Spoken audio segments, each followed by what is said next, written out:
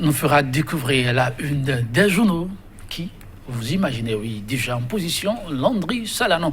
Landry Salanon, bonjour.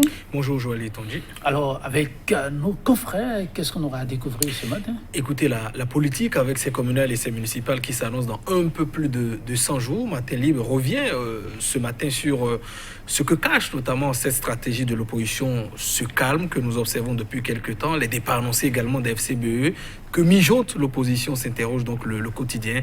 Sans oublier aussi le parti USL qui continue quand même aussi de se plaindre abondamment, notamment son porte-parole qui estime que c'est parce qu'évidemment le président d'honneur, on a peur de son président d'honneur, que pour le moment le récépissé n'est pas encore attribué au parti.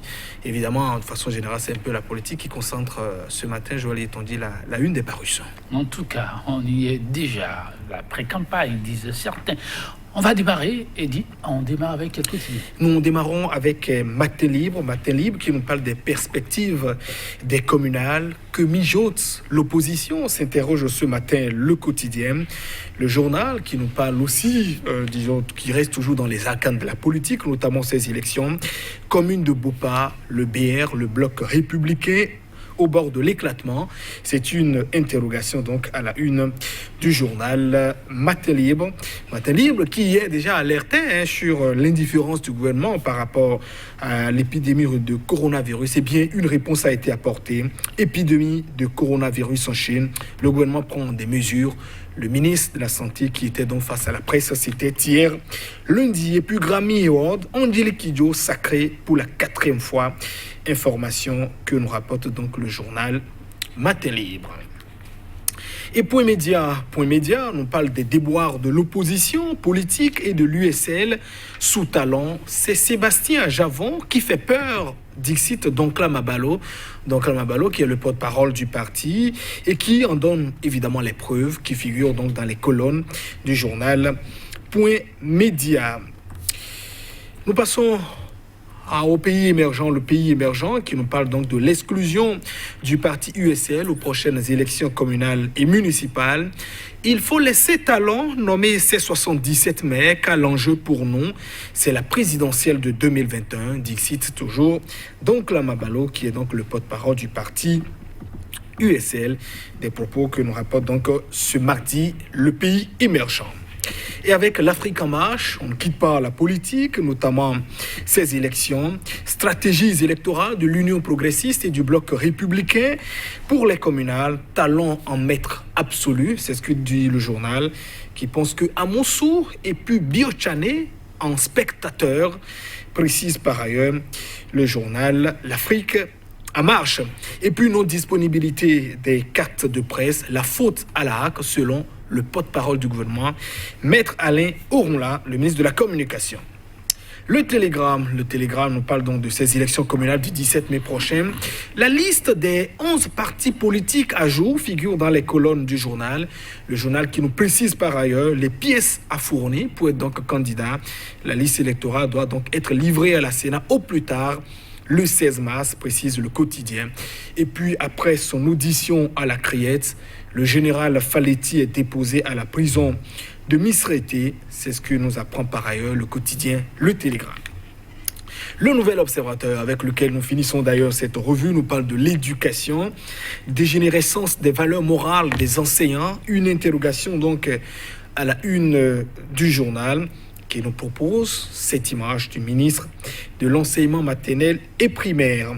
Et puis après les allégeances au bloc mouvancier, le bloc républicain enregistre 10 démissions. Voilà ce que nous dit par ailleurs le journal. Le Nouvel Observateur. Et puis les communales de 2020, le scrutin des Nini. Une autre réflexion qui figure aussi, disons, dans les colonnes de la parution ce mardi. Joël Etonji.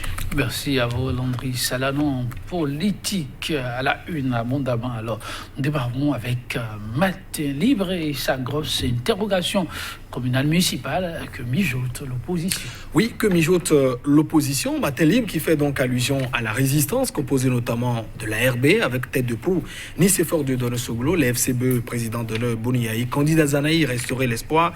L'USL au départ, mais on a vu quand même l'USL se retirer, en tout cas une certaine pause depuis quelques temps. Alors depuis ce départ annoncé des forces Corée pour un bien émergent, alors qu'on attendait, Boulia est venu clarifier officiellement la position du parti jusqu'à présent, silence radio et du côté de la résistance, notamment ceux qui restent, parlant du côté notamment du président Nicéphore Dieudonné Soglo, on attend toujours une lettre officielle d'FCBE. Sinon, ils considèrent toujours que les FCBE sont un partenaire et figurent notamment dans la résistance. Alors le constat, c'est un silence total et le journal de s'interroger, est-ce que ça fait partie sans doute d'une certaine stratégie de l'opposition? Ce qu'on observe, Joël Etonji, c'est quoi? Alors la lutte ou bien la stratégie ou les stratégies mises en place par les forces qui se disent opposées à la gouvernance de Patrice Talon depuis son arrivée, on estime que sans doute elles ont donc appris certaines leçons. Pourquoi je le dis? Au départ, c'est-à-dire ils n'ont pas, je veux parler de ces forces politiques, n'ont pas pu adapter quand même les stratégies à la personnalité de l'homme qu'ils avaient donc en face, notamment du régime, l'homme qui conduisait donc le régime.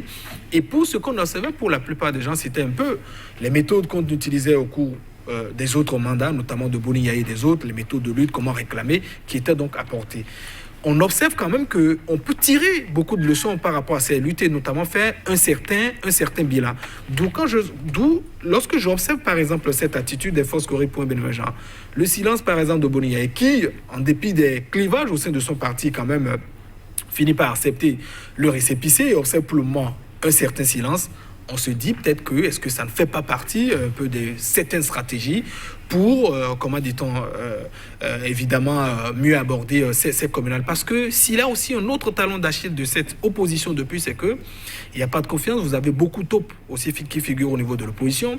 Vous vous exprimez en même temps ici, c'est que du jour au lendemain ou jusqu'à la sortie, l'information est déjà au dehors, si bien que vous avez par exemple des partis comme l'USL qui estiment qu'on ne se sent plus forcément beaucoup en sécurité, crise de confiance au niveau de la plupart de ces acteurs.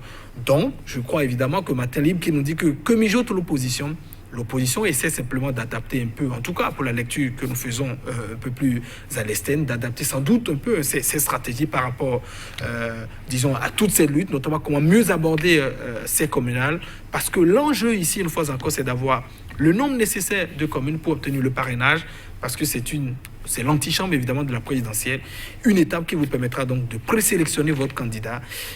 Je crois que sans doute il faut mieux mijoter les choses et plus adopter, j'allais dire, les stratégies qu'on a pu observer par le passé. L'enjeu est grand, c'est le moins qu'on puisse dire. On passe à point 1 média avec sa manchette du jour, parole au porte-parole de l'USN.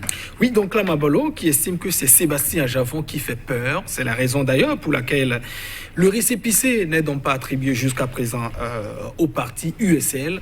La ligne de défense de l'USL, en tout cas pour les propos rapportés de façon constante par son porte-parole, a été toujours de dire si on estime que l'essentiel ou bien la condition sine qua non pour nous, c'est de retirer notre président d'honneur, Sébastien Germain Javon, en tout cas parmi les personnalités du bureau exécutif, pour l'obtenir, ils estiment quand même que voilà, la Cour africaine des droits de l'homme et du peuple l'a totalement blanchi et qu'il n'est donc pas condamné. Il ne le considère donc pas, ou bien il considère de nul effet cette condamnation prononcée donc par la CRE. Donc pour eux, en tout cas pour l'USL, arriver à le retirer, c'est accepter cette condamnation, alors que la décision de la Cour stipule notamment le contraire. Donc l'USL qui reste quand même campé un peu sur sa position, et la lecture que l'on fait simplement, c'est de dire toute lutte n'est forcément pas la quête d'une certaine prébande politique. Vous entrez parfois dans les luttes juste pour le respect des principes. D'ailleurs, vous avez beaucoup de personnes parfois qui entendent des actions, Joël Etonji, et qui, à la fin, réclament simplement le franc symbolique. Et vous diront que oui, l'essentiel pour moi, c'est de faire aboutir une certaine décision. En tout cas, c'est la première lecture que l'on fait. Donc là, Mabalo estime notamment que si on veut respecter la décision de la Cour africaine des droits de l'homme et des peuples, c'est de considérer que cette décision de la CRE n'a jamais existé. Et donc, par conséquent, le parti à haut niveau a rempli toutes les conditions pour obtenir le récépissé. Alors ils ne comprennent forcément toujours pas ce qui bloque le ministère de l'Intérieur à vouloir lui adresser donc au parti le récépissé définitif. D'où il parvient à cette conclusion, je l'ai dit, c'est Sébastien Germain Javon qui fait peur. Ce sont des propos qu'on respecte en tout cas, qui lui sont donc attribuées. Et il avance les raisons pour le justifier à chaque parti ou également au régime d'en faire ou de tirer ses conclusions essentielles. En tout cas, ça bouge beaucoup. La période s'y prête. 17 mai, ce n'est pas bien loin. Alors, le pays émergent qui nous envoie un peu, qui nous amène au niveau des arcanes, des FCBE, les guerres de positionnement font déjà rage. Oui, les guerres de positionnement, notamment avec, comment dit-on, ces réunions et ces tractations qui se mènent déjà. Et une question essentielle aujourd'hui qui, à mon avis, n'est pas encore totalement résolue. Disons, l'ascension qu'a commencé déjà à prendre voilà, les différents joueurs, parler notamment de Paul Rompé. On attendra sans doute de voir comment les choses se mèneront, Joël et Tondine. Sans doute, peut-être, comment dit-on, pris pas le temps, je ne sais pas si on peut continuer l'analyse. Oui, on peut continuer. D'accord, ok. Alors, il nous reste une minute. Voilà, donc, et ce que je dis, c'est que aujourd'hui, quand vous observez, par exemple, disons, l'ascension qu'a donc pris Paul Rompé au niveau de ce parti, je crois que beaucoup de personnes se posent des questions. Est-ce que du jour au lendemain, Boni Yayi aussi tient aujourd'hui les rênes, comment dit-on, du parti, qui, évidemment, distribuera les points ou bien essaiera de positionner, évidemment, les candidats. Est-ce qu'il est arrivé, donc, à fêter, notamment, les clivages? C'est important, n'oubliez pas, quand on observe quand même sur l'échiquier politique aujourd'hui, seul, en tout cas, au niveau de cette résistance, c'est l'FCB qui l'ont obtenu pour le moment. Donc, tôt ou tard, peut-être beaucoup de partis de la résistance porteront leur espoir sur ce parti et quand même être un certain privilégié pour conduire ou bien permettre quand même au parti d'obtenir une certaine présélection de la candidature. C'est d'abord à la fois un certain honneur et je crois que c'est évident que les batailles ou bien la guerre des positionnements se passent également au niveau de ce parti. Merci à vous, Landry Salange. Téléspectateurs, vous l'avez compris, ce sera tout pour la revue de presse du jour. Rendez-vous demain, toujours avec la même disponibilité. Au revoir.